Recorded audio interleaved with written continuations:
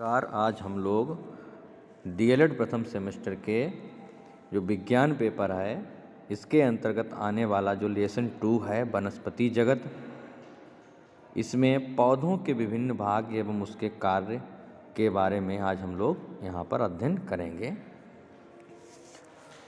पौधों के जो विभिन्न भाग हैं उनको 2 श्रेणियों में बांटा जा सकता है।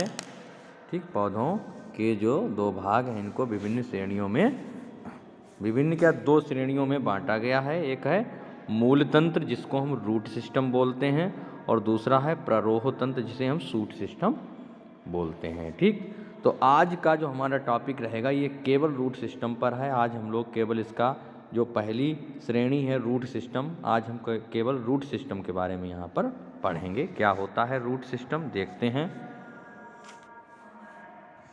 पादप अक्ष का अवरोही भाग जो नीचे मृदा की ओर उसके अंदर वृद्धि करता है। ठीक, यानी कि जो बीज से जब अंकुरण होता है तो एक जो है उसमें सॉइल से नीचे की तरफ, सीड में नीचे की तरफ ग्रो करता है और ऊपर की तरफ में, तो जो नीचे की तरफ यानी अंदर की ओर ग्रो करता है, वृद्धि करता है, उसी को हम क्या कहते हैं, मूल तंत्र या फिर रूट सिस्टम कहते हैं। ठीक, जब बीज अंकुरित होता है तब सबसे पहला अंग मूलांकुर निकलता है, मूलांकुर या रेडिकिल। ठीक है, रूट को हिंदी में क्या कहते हैं, हिंदी में मूल कहते हैं। ठीक, और मूल से जो निकलने वाला अंकुर उसे मूलांकुर कहते हैं। तो सबसे पहले मूलांकुर ही निकलता है, मूलांकुर को हम रेडिकिल बोलते हैं। मूलांकुर वृद्धि करके प्राथमिक अथवा मूसला जड़ बनाता है। प्राथमिक या प्राइमरी अथवा मूसला को हम टेप रूट भी कहते हैं अंग्रेजी में, तो मूसला जड़ बनाता है। सबसे पहले जो रेडिकिल है, रेडिकिल से सबसे पहले प्राइमरी रूट्स या फिर टेप रूट्स का निर्माण होता है। ठीक, इससे क्या होता है, फिर सेकेंडरी और टर्सरी जड़ें या रूट्स निकलती हैं और इस प्रकार एक जड़ सिस्टम या जड़ तंत्र का निर्माण हो जाता है। ठीक, इस प्रकार जड़ तंत्र का निर्माण हो जाता है। ठीक, मूल या जड़ तंत्र के लक्षण, क्या क्या लक्षण होते हैं। जड़ें हरी नहीं होती हैं। सबसे पहली बात तो यही है कि रूट्स जो होती हैं वो ग्रीन नहीं होती हैं। क्यों नहीं होती, क्योंकि इनमें पर्णहरिम जिसे हम क्लोरोफिल कहते हैं, ठीक, नहीं होता है। ठीक, जड़ों में क्लोरोफिल नहीं होता है जिस कारण इनका कलर जो होता है वो ग्रीन नहीं होता है। ठीक, पौधे के जो वायवीय भाग होते हैं, जो ग्रीन पार्ट होते हैं, वहाँ पर क्लोरोफिल पाया जाता है। अगला है इनमें पर्व और पर्व संधियों में, यानी कि पर्व मतलब इंटरनोड्स और नोड्स में विभेद नहीं होता है। ठीक, यानी कि नोड और इंटरनोड में अंतर नहीं होता है। इनमें पत्तियाँ और कलिकाएँ नहीं होती, पत्तियाँ भी जड़ों में नहीं होती हैं। ठीक, यहाँ तक आप समझ गए होंगे, इसका स्क्रीनशॉट ले लेना। आगे देखते हैं अब टाइप्स ऑफ रूट सिस्टम, मूल या जड़ तंत्र के प्रकार। तो जनरली जो है जड़ तंत्र 2 प्रकार का होता है। एक होता है टेप रूट सिस्टम और दूसरा एडवेंशियस रूट सिस्टम या अपस्थानिक जड़ें। सबसे पहले मूसला जड़ तंत्र के बारे में देखते हैं क्या होता है। तो इस प्रकार की जड़ें जो होती हैं सबसे पहले मूलांकुर से ही निकलती हैं। बता भी चुके हैं कि इस प्रकार इस जड़ तंत्र का जो परिवर्धन होता है वो मूलांकुर से होता है, जिसकी वृद्धि द्वारा प्राथमिक जड़ या मूसला जड़ बनती हैं। ठीक, इससे क्या होता है, रेडिकिल से फिर प्राथमिक जड़ या टेप रूट्स बनती हैं। यह जड़ निरंतर वृद्धि करती हैं। जड़ क्या करती हैं, ये निरंतर वृद्धि करती हैं और इससे पार्श्वीय जड़ें लेटरल रूट्स निकलती हैं। मूसला जड़ तंत्र पौधों को भूमि में दृढ़ता से जमाए रखता है। ठीक, ये क्या करता है, भूमि में दृढ़ता से जमाए रखने का कार्य करता है, क्योंकि ये जो होती हैं जमीन को भेदती हुई वृद्धि करके गहराई तक पहुंच जाती हैं। ठीक, ये जड़ें जो होती हैं मजबूत टाइप की होती हैं, जड़ें उसको सॉइल को, भूमि को भेदती हुई दृढ़ता से नीचे की तरफ ग्रोथ करती हुई चली जाती हैं और पौधे को जकड़े रखती हैं।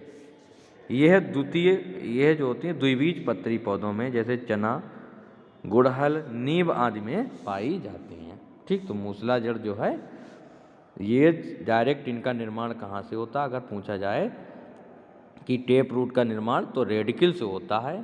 ठीक, अपस्थानिक जड़ तंत्र या एडवेंशियस रूट सिस्टम, इस प्रकार के जड़ तंत्र में प्राथमिक जड़ छोटी तथा अल्प विकसित रह जाती हैं। प्राथमिक जड़ जो होती हैं वो छोटी होती हैं और अल्प विकसित रह जाती हैं, और महीन पतली रेशेदार जड़ों का गुच्छा मूलांकुर और प्रांकुर से आधारी भाग से बनता है। ठीक, इसमें क्या होता है, गुच्छे के रूप में ये पाई जाती हैं, महीन होती हैं, शाखित बहुत ज़्यादा नहीं होती हैं, तो ये जो है गुच्छे के रूप में पाई जाती हैं। ठीक, इसे हम जकड़ा जड़ तंत्र भी कहते हैं। यह जड़ें कम शाखित होती हैं, क्षेत्रीय रूप से फैली होती हैं। यह एक बीजपत्री पौधों जैसे मक्का, गेहूं आदि में पाई जाती हैं। ठीक, कहाँ पाई जाती हैं, मक्का और गेहूं आदि में पाई जाती हैं। ठीक,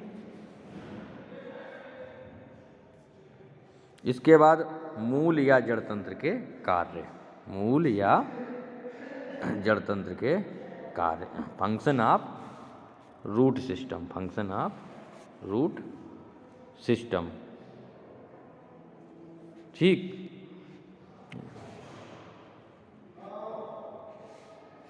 जड़ें पौधों को जमीन में मजबूती से जमाए रखती हैं। पहला जो कार्य है वो क्या है, जड़ें पौधों को जमीन में मजबूती से जमाए रखती हैं।